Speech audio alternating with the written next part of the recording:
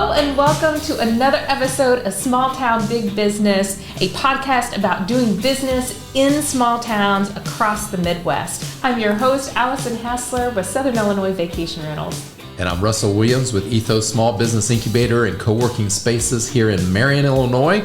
You're in the Citadel building here on Tower Square Plaza. Thank you for joining us. Also want to thank our sponsors for making the Small Town Big Business podcast possible. And that includes Fowler Heating and Cooling, Arcadia Wealth Group, the Watermark Auto Group Foundation, Swinford Media Group, and also Union Street Arts. You can listen to the Small Town Big Business podcast wherever you listen to podcasts, all the podcast places, including YouTube and Facebook. Subscribing is free, and you won't miss upcoming episodes that are released every 2 weeks. And if you want to know more about the Small Town Big Business podcast or even be one of our guests on our show, you can contact me, Russell Williams, and that's Russell at watermarkethos.org, or find us on Facebook. It's Ethos at the Citadel on Tower Square Plaza. If you're new to our podcast, welcome and thank you for listening. We interview successful business owners on how and why they thrive in small communities. And today, our guest is Nick Skovgaard from AlterEgo Marketing. Thank you so much. I appreciate you for being here. Good morning. Thanks for having me. And I appreciate you helping me spell out your last name. It's okay. It's a doozy. Well, welcome to the show. Well, thank you. I'm really excited to be here. I think that this podcast is so incredibly needed. What you guys do, sharing stories of small business owners is fascinating and so much fun. Yeah. We like people who listen to our podcast, and we appreciate that very much.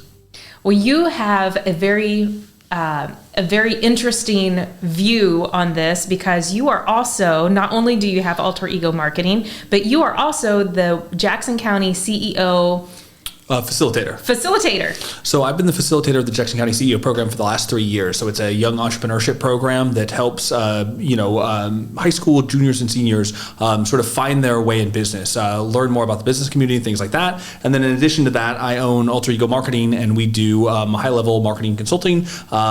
We do everything from logos and brochures and business cards all the way to web design, SEO, and digital marketing. Yeah. So you've been around a while. I have. I want to talk about your origin story. Yes. Well, that falls so well into the AlterEgo name, doesn't it? It does. So AlterEgo was actually founded in 2014, and I feel like so many business owners, I waited forever to start my company because I was terrified about the process. Sure. And for anyone who is a business owner, that's really laughable because it's so incredibly easy to get started a lot of the time, but there's little tiny things that hold you back. I was talking to Jennifer Olson from the city of Marion today, and I was telling her the story of I founded my company on my lunch break. I got a DBA. And it was something that took me over a year of psyching myself up to go do. And I don't know what I thought. I thought they were going to grill me on why I should be a business owner and what all this stuff that I needed to know. And I walked in and they handed me an 8.5 by 11 piece of paper that's your name, your address, and the name of your business.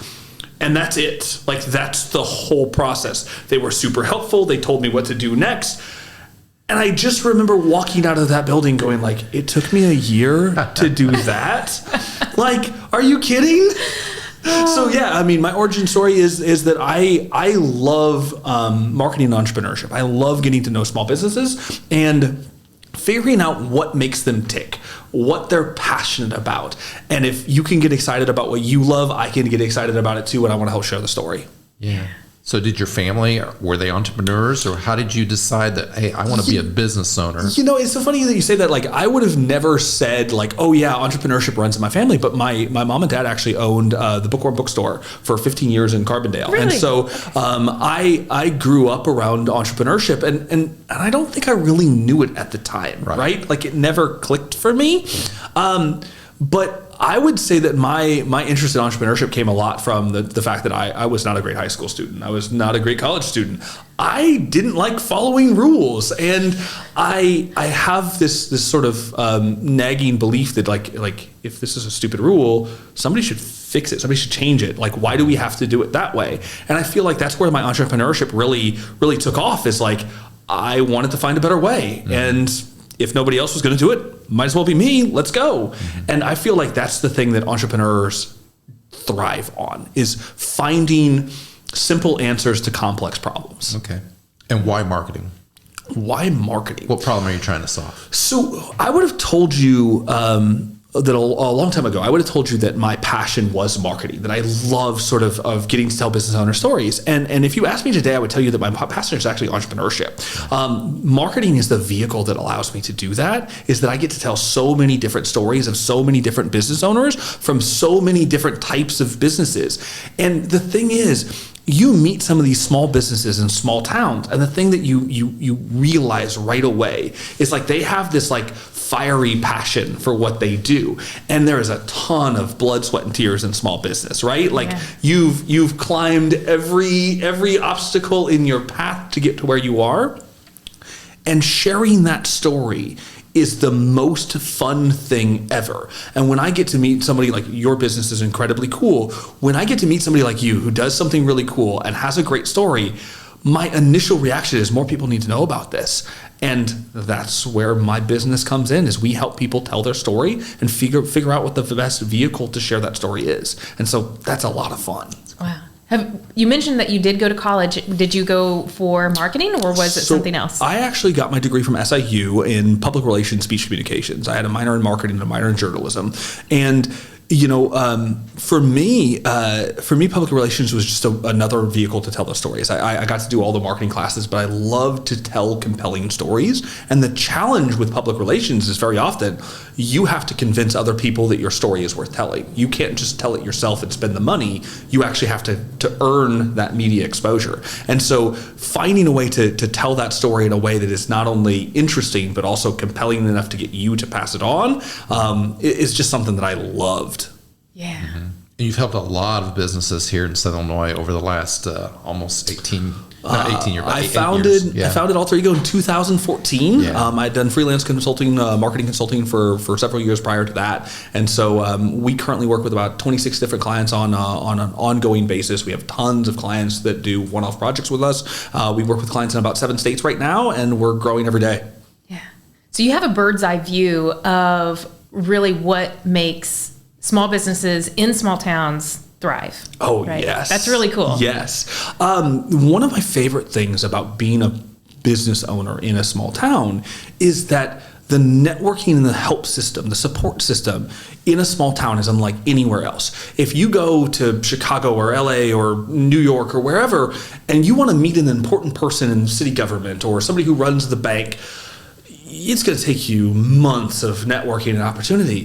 The thing is, 3 of us sitting at this table have a network big enough to reach almost anyone within a 50-mile radius in 2 phone calls. Yeah. That's game changing. When you can walk in and ask to speak to the president of the bank and they'll come out and talk to you. When you ask to speak to the mayor and he shows up and helps you, or Jennifer Olson, and I use her as an example, the city wants to see your business thrive. It's not about jumping through the hoops or fighting the obstacles. It's about finding the community that will help support you, and they're so willing to share advice. They're so willing to share help, and that's something that you just can't get in larger cities most of the time. That's good. Yeah, that is really good.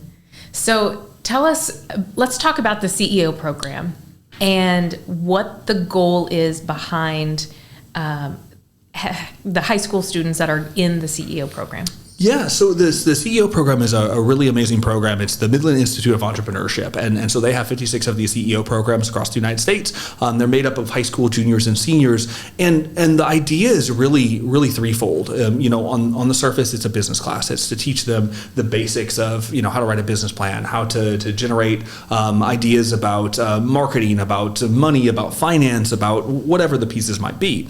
The second layer is a little bit deeper. It's soft skill development, so it's workforce development. You've got a business in this town and you're looking to hire people. We're training your future employees. We're training them to show up on time. We're training them to dress nice. We're training them to have a resume and a professional headshot. We're training them to have those soft skills that are so critical to being there. Just shaking somebody's hand and looking them in the eye is such a big deal to build that confidence. And then the third layer is really economic development, is we want to see the communities thrive. And the answer is the school system is what's grooming those future people. They're going to be the fire chief, the mayor, the doctors, the lawyers in your community. you've got to start training them early and hoping that they see the value in that community and what made their small town special and want to either continue to grow there, or maybe they go off to college, become successful, and come back and support that community. But either way, that's a huge goal of the overarching program. That's good. So that's fulfilled some entrepreneurship passion that you've got in order to better other people. And I would say that getting to help small businesses either through AlterEgo right. or through the CEO program has been one of the most rewarding things in my career. Like getting to find that story and help them find their confidence to tell it is just so game changing. Right. Yeah. Plus you have a team. How many folks are on your so we've got about 8 right now. And so our team has really grown over the last year and a half. And so we continue to grow and aiming for world domination.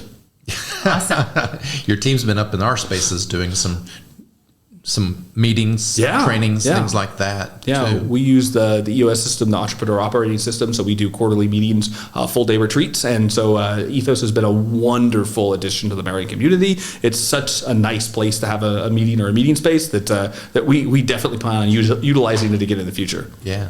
Do you have a specialty? Is there a certain type of business that you say this is really what we need to focus on? Absolutely. So really we aim in the next 5 years to have basically there's going to be 3 ways that you become a client of AlterEgo. One is in the physical space. So that would be a logo or a brand identity and all of the umbrella of things that come underneath that. So that business cards, letterhead, envelopes, whatever it might be. And then on the other side is the digital realm. So you have a website or you don't have a website, but it needs a revamping. And so we help build mobile first websites at a scale that is really not done in Southern Illinois very often, and then help those clients tell those stories digitally, because digital marketing is going to reshape the way that you communicate with the world. This podcast is a perfect example. You can be sitting in Ireland listening to this podcast and nothing stops you from making a difference anywhere on the planet. Yeah, that's awesome. Wow. I want to ask you, since you do work with so many clients in not just Southern Illinois, but across the Midwest, it sounds like, what do you see in the entrepreneurs in small towns? What do you see is a common, let's say either a common challenge or what commonalities do you see across the space? So there's 2 things that are common traits that are things that I really, really love about business owners in small towns. And one of them is grit and just the resilience to keep going and fight through challenges. And I think that small town living kind of gives you that grit really early on, and we celebrate it, right? You roll up your sleeves and get the job done, whatever it takes. And the other one is just an absolute willingness to help. I am blown away. There's only one thing I've said in my entire life that I think is worth writing down, and it's that the secret to life is to put so much good out in the world that it can't help but find its way back to you. And I feel like the small town communities, especially here in Southern Illinois, I find that there is such a willingness for people to go above and beyond to help you grow your business, to connect you with resources, to refer your business, that I've never seen anywhere else. And so as far as like the assets of a small town, I think that's a huge one. In small towns, the challenges, I think they're more misperceptions than actual challenges. And it's that there's a small town and the population's not huge and I won't have enough customers. But the thing is, the workforce here, creating something original and unique is way easier to do than if you're in a major metropolitan market. And the other thing is, your cost of living, your cost of expenses, your travel time, your commute to work. My commute to work is 4 minutes. I can wake up, put on my pants, and be at work 4 minutes later. You cannot do that in Los Angeles, not even with a helicopter. And so I just feel like there are so many advantages to being in a small town. And in small towns that are thriving, that are working hard to take care of their businesses, nothing stops you from doing business all over the planet, all over the United States, from somewhere like Marion, Illinois. We have that ability, and your workforce is going to be cheaper, your cost of living is going to be cheaper, your rent is going to be cheaper, and so you just have so much more opportunity to grow. Yeah. Excellent. Now, Nick, you help people solve problems. You help businesses solve their problems. How about your business? What problems have you been able to solve over these almost 8 years? I think that the biggest problem with being a small business is oftentimes just fear, right? It's not knowing where to go next. It's not knowing how to grow, and that's where that community comes in. That's so important. Building a network is the single most valuable thing that any business owner can do. Period. And in a community like this, it's so wildly easy to do. EThOs is a co-working space. There's great people here. You walk in the door, people are friendly. They want to connect. They want to talk about your business. You walk into City Hall, you've got a support system there that wants to see your business grow and thrive. From networking organizations to the chambers of commerce to just events that happen around town. I feel like if you show up enough times and enough places and you add value selflessly, you will find such a return on that investment. It's almost impossible to put into words. So building that network is key. So have you learned that? Because the way you speak, it's like, oh, he was born that way. Yeah. Did you feel this way in 2014? Yeah. Did you know that you would have so much support? It's so funny if you actually go back to some of my origin story. I was a terrible high school student. I was a terrible college student. And I would say that that's probably where my relationship with the CEO program came into play so strongly is, when I was in my mid-20s, I really found a couple mentors that like saw something in me that I didn't see. In high school, I saw the jocks, I saw the valedictorians, I saw the smart kids, I saw the band kids, and I was like, I'm not any of those things. I like talking to people and I'm nice to people, but anyone can do that. And it took well into my 20s before somebody like identified that as like, hey, you're good at talking to people, you should use that. I'm like, that's not a skill. It took well into my 30s before I realized how to actually leverage that skill. And so, finding those mentors, finding those pillars of the community, I've had 5 or 6 in my life that have just made all of the difference in the world, that can see that thing in you that you don't have. So when I get to be that, whether it's for a student through the CEO program, or when I get to see that from a business who's really, really damn good at what they do, but they don't know how to tell their story, that's where I come into play, and I can be that evangelist for their brand in a way that's really hard to do for yourself. There's a quote I love. It's hard to read. It's hard to read the label when you're inside the bottle. When you're the product being sold, when you're the business, when it's your blood, sweat, and tears, it's sometimes hard to tell your own story. Yeah. So finding someone who can help do that, whether that's a customer or whether that's a key employee or whether that's a marketing firm like me, is so critical. You've got to tell that story, because I believe that passion never fails. I believe that the people who get out there and do things for the right reason will always see the return, and that's the thing that I love. And I think you can hear it in my voice, right? Yeah. Like that's the thing that gets me fired up. Has it been a challenge to get clients outside the region, outside Southern Illinois? No, and here's what's so crazy is the only limiting factor to our growth is us. Like, we don't have the mechanisms to scale. I learned a ton about business in the last decade. I've made so many mistakes. I've done so many things the wrong way. But again, those lessons are so valuable. And so, what's great about this community is, if you provide wonderful service to somebody, if you do a great job, they tend to refer you. And all of our 100% of our clients come from referrals. At this point, we basically don't take on clients that don't come from someone who is a referral who's already done business for us, or with us, I mean. So what's weird is you wake up and there's a phone call coming from California, and it's a friend of a friend of a friend who used our business, and they need a website or they need a new brand. And so we've built logos for companies in California. We've worked in all the surrounding states. We've got some business, on the horizon, and a couple new ones that is really exciting, some really big stuff. And it's word of mouth. Doing the right thing and doing it well will always lead to that next person passing your name on. Yeah. So I'm really interested to know how the high schoolers respond to your evangelical spirit. If that's a word? Is that a word? Sure. With entrepreneurship and business. And, I think there's this preconceived notion that all high high schoolers fit into this one box of always on their phone and no very little social skills and that, firm handshake and looking people in the eye.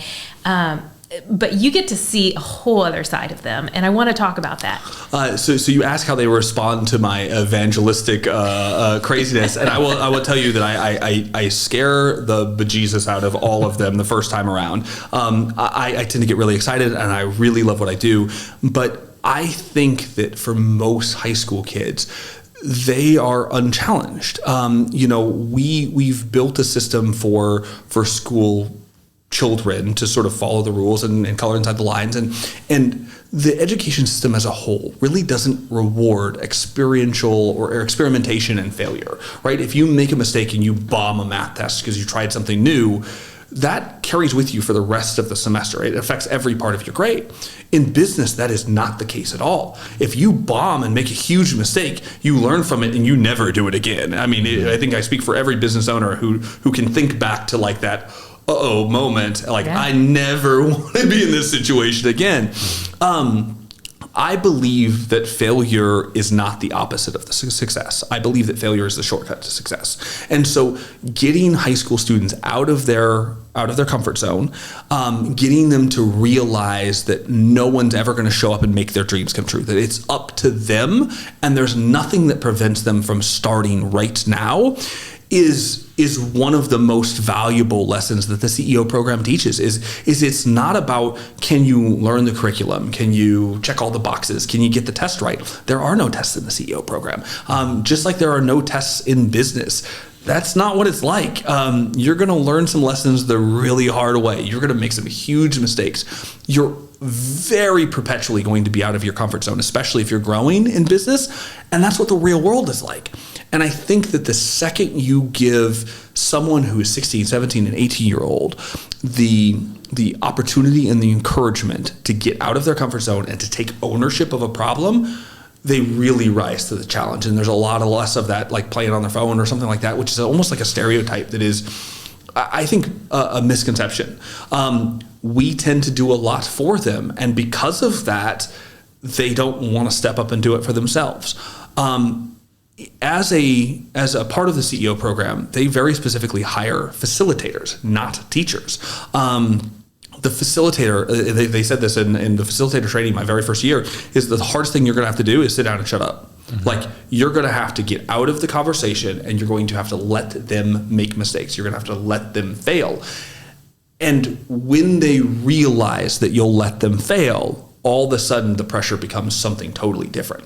Yeah. We had our class business was a trivia night, and it almost always takes right up until like the last week and a half before they like have that stunning realization that like, I'll let you show up and bomb in front of 150 people. and there's this like deafening silence on the day of class where they cross that line and they really realize that is that like, we're totally okay with that because you're going to learn an awful lot as there's 150 people in a room looking at you awkwardly. You better step it up because I'm not coming to save you. That changes the dynamic. And I think that being willing to get out of your comfort zone is where the magic happens. Yeah, that is awesome. I think about when I was a high schooler and what I would have thought about if I was in that CEO program. And I really think that I would have been that person that thinks that you have to have that perfect, ready to be a Fortune 500 company business plan right out of the gate, and that and otherwise I shouldn't try. Yeah. That perfection or nothing. And it took me many, many years to get out of that mindset and really embrace the entrepreneurial concept of you throw spaghetti on the wall and see what sticks. And if it doesn't, you pivot. And my own business has pivoted 1,000 times just in the last couple of years, it feels like. Yeah. So that's a really great concept that I think most people, especially if you're not in the entrepreneurial world, is a great asset for anybody, even if you don't become an entrepreneur. A great asset to that CEO program is to understand that failing is a learning experience, and you get to learn so much about yourself, so much about business, and you are rewarded from those mistakes. Yeah. So, I think that failure is something that like when the risk is very low, when you live with your parents, when you have food on your table, when you've got opportunity, that's when you should take the most risk, because what's the worst that's going to happen? You start a business and it's not a great idea and it doesn't work. Okay, great. Chalk it up to a learning experience and go do something else.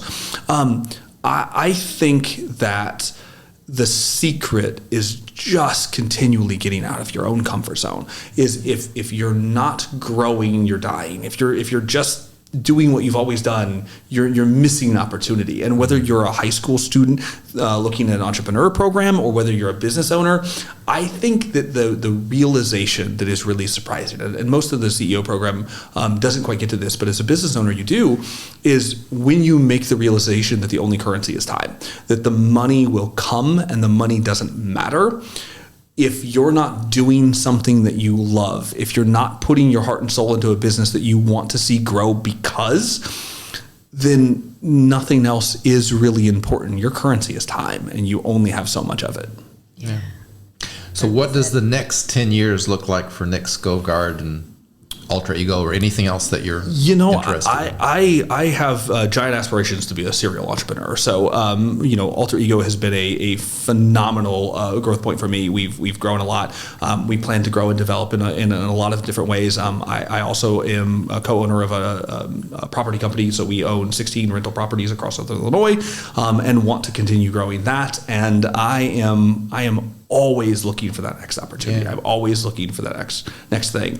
I just think that business is the ultimate game. It's 24/7, 365 days a year, and it's so much fun to see what else is out there in the world. I love getting to meet business owners, and the thing that AlterEgo has done for me, probably more than anything else, is put me in the same room with some incredibly cool, passionate people doing some world-changing things. Yeah. And that's so incredibly addictive. And I want to go out there and make a difference for my clients, for their businesses, for their employees, for the community, in whatever capacity makes the most sense.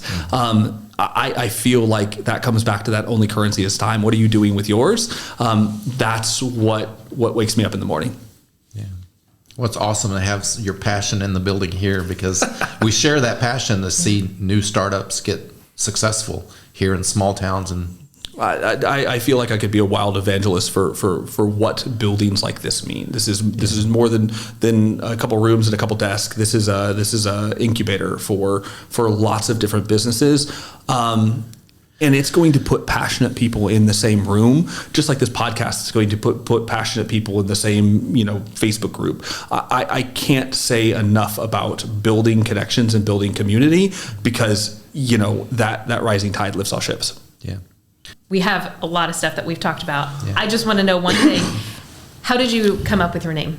Oh, that's a great question. So AlterEgo Marketing is sort of a play on the superhero Clark Kent, Superman Clark Kent. And a fun, exciting story is that since 2014, I have been looking for an authentic red phone booth from the UK, and I am now the proud owner of not one but 3 of them. Wow. That will eventually grace the front of our office. It's 2,600 pound cast iron, perfect condition, and I'm so excited about it. I believe, and I say this all the time, that we build super brands in Southern Illinois. We want to help businesses unlock their true potential, and really that's where that AlterEgo name comes from. There's an AlterEgo secret identity in everyone. Very cool. Yeah.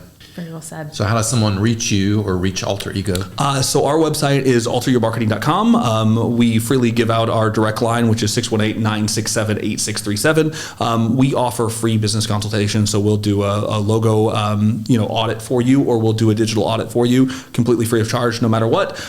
Anywhere in the world, we help small businesses tell their story. Excellent interview.